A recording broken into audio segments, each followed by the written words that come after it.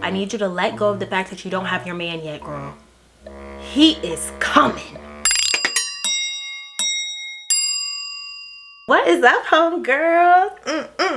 And welcome back to another cozy chat with your virtual bestie, Aaliyah. So should we get cozy? I think we should. This video is all things how to overcome an envious spirit and truly be able to celebrate other women's success, their wins, and their blessings. Now, I think it's important to also talk about the difference between jealousy and envy. So my understanding of jealousy is I want what they have and I'm mad that I don't have it. And listen, hey, look. And for some of us, that's our reality. Like, I'm not going to sit up here on my cozy corner and act like I've never been jealous. I would be lying. So there's jealousy. And then we have envy, where I want what you have.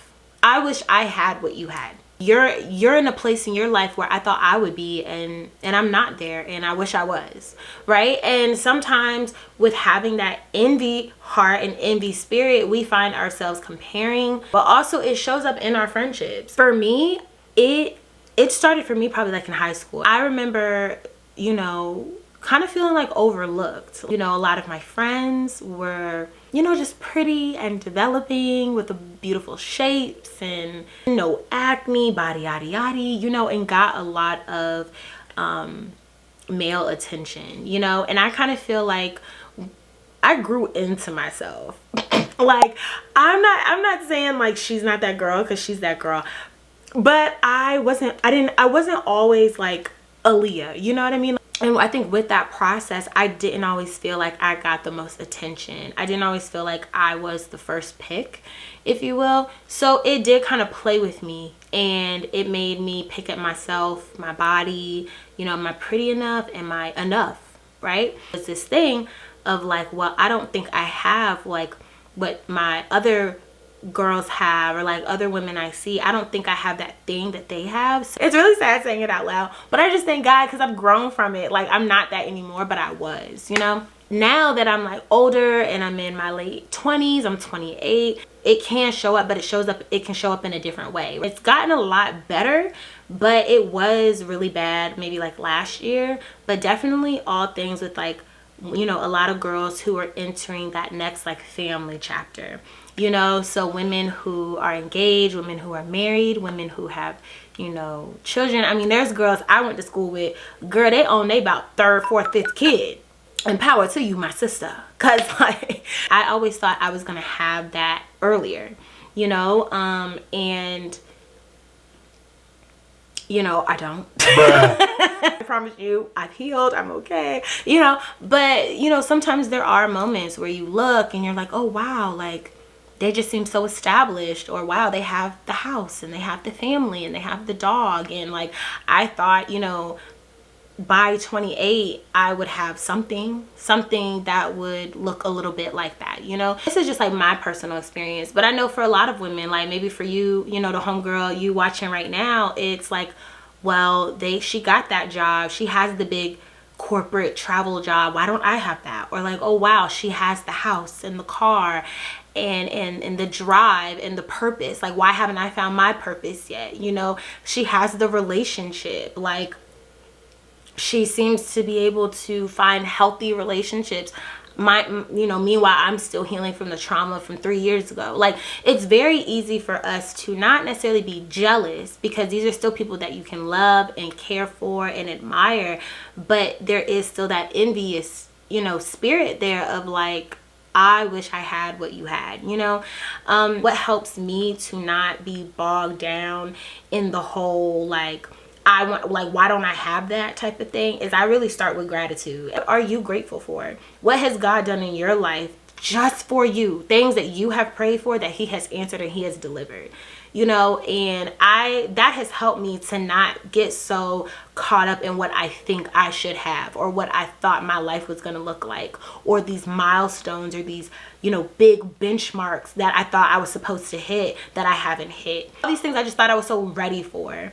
And God really let me know that I am protecting you. I am protecting you, and I am conditioning you to be able to put you in the game. those words are like a warm hug to me. I am protecting you and I am conditioning you for the game, because if you really got this thing that you could possibly be envious about, or you know, this comparison that you may have, or seeing what people have and you don't have it yet, if God really laid it in your lap today, do you really feel like you could be ready for it? You're sitting up here like having an envious spirit, wanting what other people have so bad. But if I gave it to you, you could not even handle it. You're not ready for it. God doesn't do things to us, he does things for us. If we do not have that baby yet, it's because we are not supposed to have that baby yet. If we don't have that house yet, it's because we are not supposed to have that house. If we did not get that job was not for us. And really being affirmed in your journey and what's happening for you. But the encouraging part about that is, if it is happening for her, my God, it can happen for you. Nothing is too big for God. If you are seeing people you're connected to, your homegirls are starting their businesses, your homegirls getting their money up, they paying off debt, they're graduating with degrees, they're getting promotions, all these amazing, fantastic things that you want to happen in your life, and you see that happening to women that you are connected to, baby, he's in the neighborhood. He is in the neighborhood, and you think he would skip you? As he introduces new opportunities, he's going to put you in position to be able to handle it and steward it and love it and grow it and be fruitful and multiply. Whatever you have been praying for, whatever has been on your spirit, as far as like, dang, like I want this, is not happening for me, it is coming. This year you will see people around you win. And if you actually don't see anyone around you winning, that's a problem. We may have to revisit the friend block. But this year you are going to see your girls win. And how is your heart posture going to be when they're winning? He's in the neighborhood. That is the heart posture. He's in the neighborhood. She has the family. I want the family. She has the job. I want the job. You don't think me being in her presence and me picking her brain and being connected to other God-fearing women and other women who are uplifting and positive, you don't think none of that good fruit will get shared with you? It will. So that's why it's like, why be envious? Be excited. Because you are connected to people that God is moving for.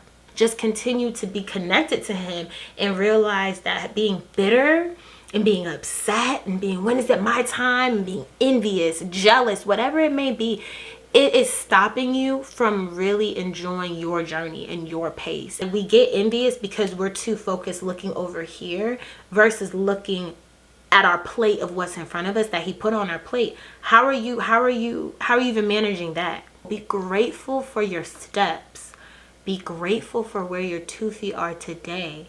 Because if you're always looking over here, you can't even see what's in front of you. You're even missing out on the blessings that are in front of you. And your relationships can suffer from that, because you also don't want to have a heart posture that's nasty, that's bitter, that's uptight and giving hater. But enjoy your process and your journey.